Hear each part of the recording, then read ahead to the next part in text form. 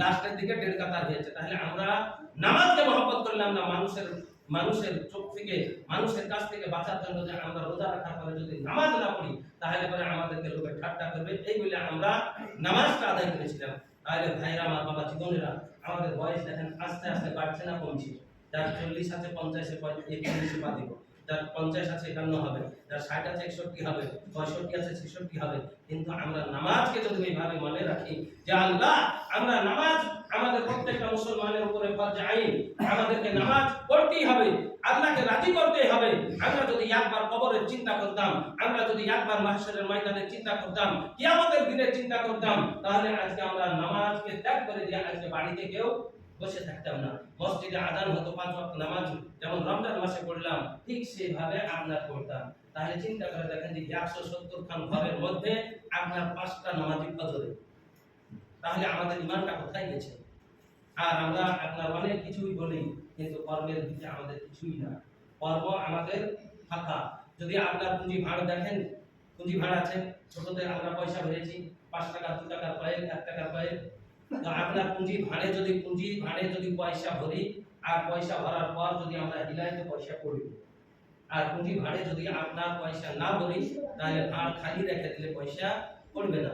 আমরা যখন মৃত্যু হবে, কবরে যখন যাব, তখন যদি আমরা আমল করে যাই, নামাজ আদায় করে যাই, রোজা রেখে যাই, সমস্ত কিছু ইসলামের আরকানকে যদি মেনে যাই, তাহলে পরে কবরে গিয়ে আমরা যখন আমাদের কাছে প্রশ্নের উত্তর হবে, তখন আমরা সহজে উত্তর দিতে পারবো। আর যদি আমরা আমল না করে যাই, আল্লাহর হুকুমকে না মেনে যাই, রাসূলের আদর্শের উপর না চলে যাই, নবীর মহব্বত যদি না করে যাই, তাহলে সেই দিন আমাদের পুরো পুঁজি ভাড়ে আপনার পয়সা থাকবে না, হিলালেও পড়বে না। তাহলে চিন্তা করে দেখেন, ব্যাংকে অ্যাকাউন্ট খুলে খালি রেখে দিলে টাকা পাবেন? যা যতই আঙুলের ছাপ দেন টাকা বের হবে? ওই দিনের একটু চিন্তা করে দেখেন যে আল্লাহ, আমরা কবরে যাব 3.5 হাত কবরে, আর সেই কবরে যাওয়ার পরে যে জায়গাতে কেউ সাহায্য করবে না। আমরা পৃথিবীতে মশার অত্যাচারের জন্য মশারি ব্যবহার করি, একবার কি চিন্তা করেছেন যে কবরে গেলে আমাদেরকে কেউ মশা দিবে? এই গরমে দেখেন এসি চালিয়ে দিয়েছি। একবার চিন্তা করেছেন যে কবরে যাওয়ার পরে আমাদেরকে এসি কে দিবে? কিন্তু এসি পাবো না আমরা।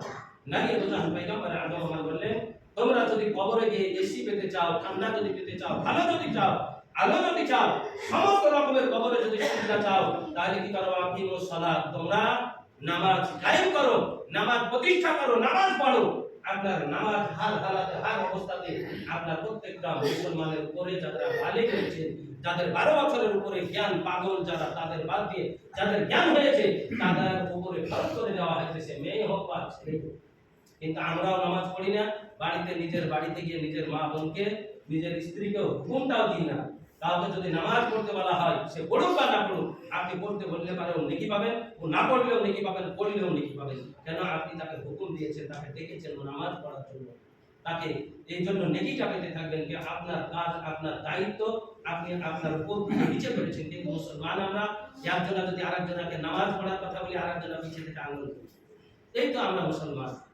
তাহলে চিন্তা করে দেখেন যে আমরা নামাজ ব্যতীত কোনো জায়গাতে আপনার আল্লাহওয়ালা যদি হতে হয়, আল্লাহর যদি নৈকট্য লাভ করতে হয়, আল্লাহর যদি প্রিয় বান্দা হতে হয়, আল্লাহর যদি মুমিন বান্দা হতে হয়, সর্বপ্রথমে ঈমান নিয়ে আসার পরে প্রত্যেকটা মুসলমানকে নামাজ পড়তে হবে। নামাজ ছাড়া কোনো গতি কাউরি নাই। কবরে গিয়ে আপনার কোনো ব্যক্তি আপনাকে সাহায্য করবে না, যতক্ষণ পর্যন্ত আপনি সঠিকভাবে আল্লাহর হুকুমকে, নবীর আদর্শের উপরে, নবীর সুন্নাতের উপরে, নবীর হুকুমের উপরে যতক্ষণ পর্যন্ত না চলবেন, ততক্ষণ পর্যন্ত কবরে আপনার সুপারিশকারী কোনো ব্যক্তি হবে।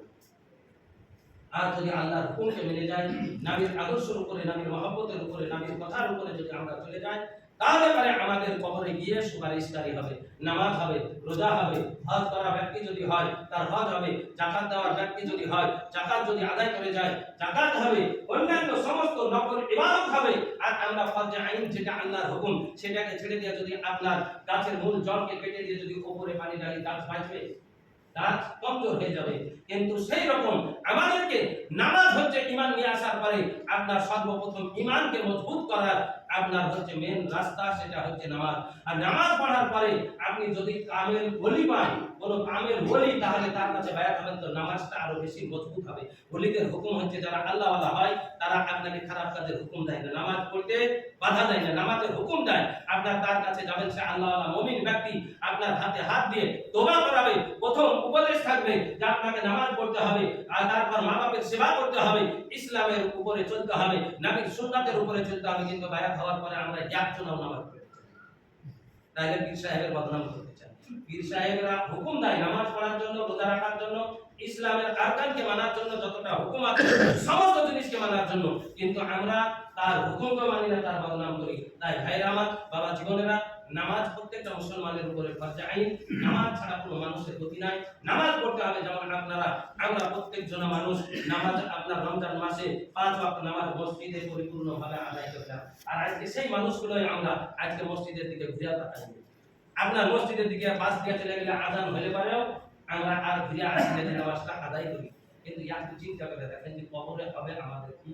তাই ভাইরা আমার, বাবা জীবনেরা, যেমন নামাজ পড়লে 1 মাস আল্লাহকে খুশি করার জন্য, আল্লাহকে ভয় করে জান্নাতকে পাওয়ার জন্য, রাসূলকে রাজি করার জন্য, আমরা ঠিক সেইভাবে আপনার আবার এইভাবে 5 ওয়াক্ত নামাজ 12 মাস পড়বো। নিজের অন্তরকে সাফ করে, নিজের দিলকে পরিষ্কার করে আপনারা মনে মনে চিন্তা করেন, ইনশাআল্লাহ আল্লাহ নিশ্চয় আল্লাহর পথে যদি এক পা আগাই আমরা, আল্লাহ রাব্বুল ইজ্জত আমাদের দিকে 70 ধাপ এগিয়ে আসবেন। তাই আমরা সকলে মনে মনে নিয়ত করেন যে আল্লাহ আমরা 5 ওয়াক্ত নামাজ আদায় করব, যতটা পারবো নামাজ আদায় করব।